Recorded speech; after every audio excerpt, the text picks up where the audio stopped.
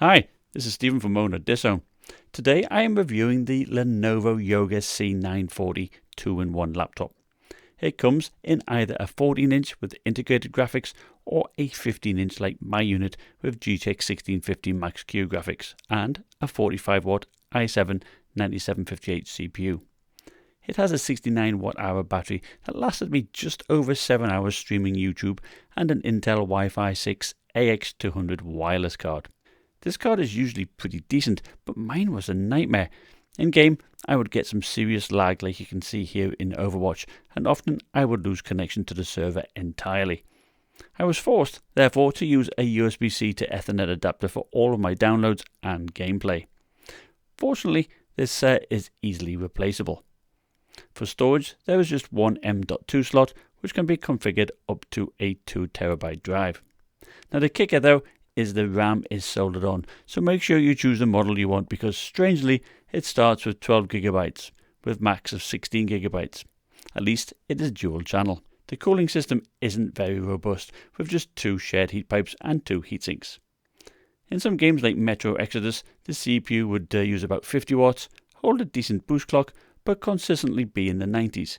Yet, in other games like Battlefield 5, the CPU would power throttle down to 26 watts and a reduced clock rate of about 2700 MHz. It was a mixed bag really, and in a way I wish they'd used the 6-core i7 10710U, which is a 15-watt TDP part, and I did some testing against the Prestige 15 with that chip and there really wasn't that much in it. The cooling system in the C940 isn't really suitable for the 9758s, so Lenovo tends to throttle it down, and as a result, it is one of the slower 9758 laptops I have tested. Still, gaming performance is decent, and I was impressed with the 35-watt 1650 Max-Q. You can typically get over 50 FPS in AAA titles using high settings at the native 1080p resolution. The fan noise is also pretty good at 44 decibels, and if you are streaming something like YouTube, this drops to about 37 decibels. Perhaps they should have allowed an option to crank up those fans, but this laptop isn't marketed as a gaming laptop. But it would have been nice to have that CPU pushed up higher in content creation or rendering tasks. Most people wanting a 2-in-1 laptop will be using it not only in laptop mode, but tent mode, tablet mode, or even with the keyboard downwards and the screen facing towards you. Ideal if you're on a couch, as the air intakes do not get blocked and the hinge is pretty stiff, helping the screen to stay in position. The IPS 60Hz screen is touch and pen enabled and is very sensitive.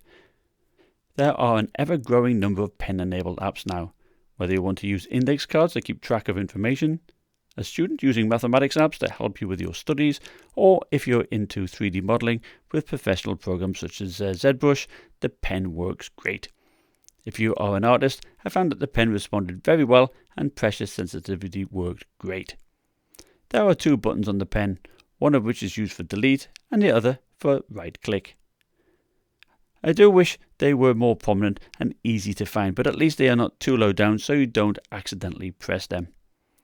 It's not a long pen and it's quite thin, but I found it quite comfortable to use, and it has a nifty little silo in the chassis where it is not only stored but it also charges. Like the rest of the chassis, the keyboard deck is a dark silver aluminium with a large glass Windows Precision trackpad that worked well.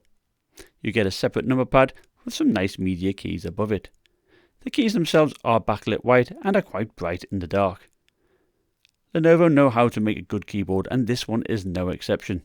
It has a good distance of travel, decent sized keycaps and good separation. There is also a handy fingerprint reader which worked very well too.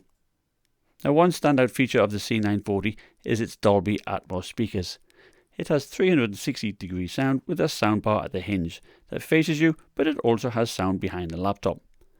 You also have 2 speakers underneath that don't get blacked off in tablet mode.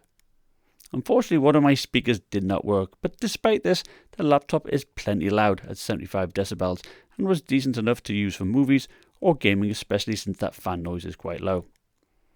Now the panel is very nice and sharp with decent colours, so I would have no problems using it for content creation. It's got 95% of sRGB, a contrast of 1260:1 and very bright at 392 nits. It is also nice and stiff. There's little flex and the webcam is located up top with a privacy shutter switch. So this is a 720p webcam. It's not too bad, You know, it's perhaps a little bit on the dark side, but you can alter that brightness. And what it's like on battery, you know, it's certainly quite serviceable. The C940 is also quite travel friendly, weighing in at only £4 7 ounces, or with its 135 watt power brick, £5 11 ounces.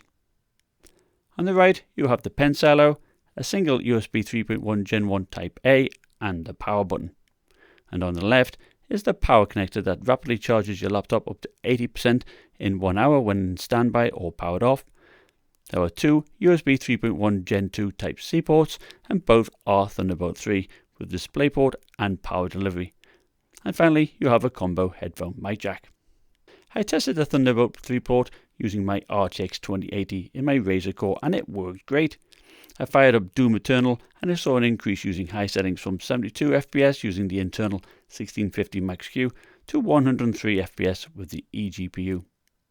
Since the panel is only 60Hz, it didn't fare great in my ghosting test, and also don't expect tear-free action in fast-moving games. But it still is more than suitable for the casual gamer looking to game at high settings with decent frame rates. It holds its own against other 1650 Max-Q laptops. I just wish it ran cooler and didn't power throttle as much.